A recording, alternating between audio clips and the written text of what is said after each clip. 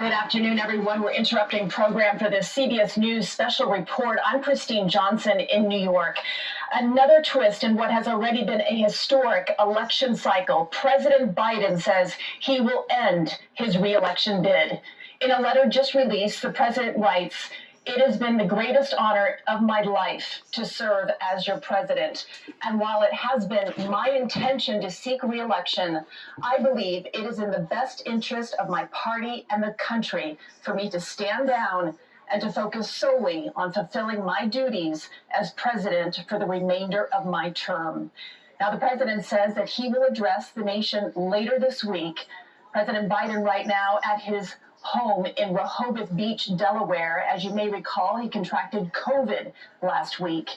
CBS News chief election and campaign correspondent Robert Costa joins us now for the latest. Robert, what are your sources telling you this afternoon?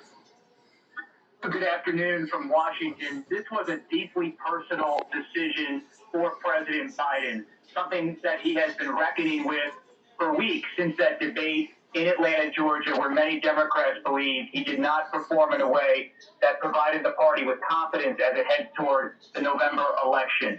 But for the last few days, President Biden has been talking to family members, talking to his top advisors, and been thinking about the political future ahead of him for both the party and his own presidency. And this has been a heart-wrenching decision, I've been told by Democrats, as he has thought it through. He has wanted to stay in the race.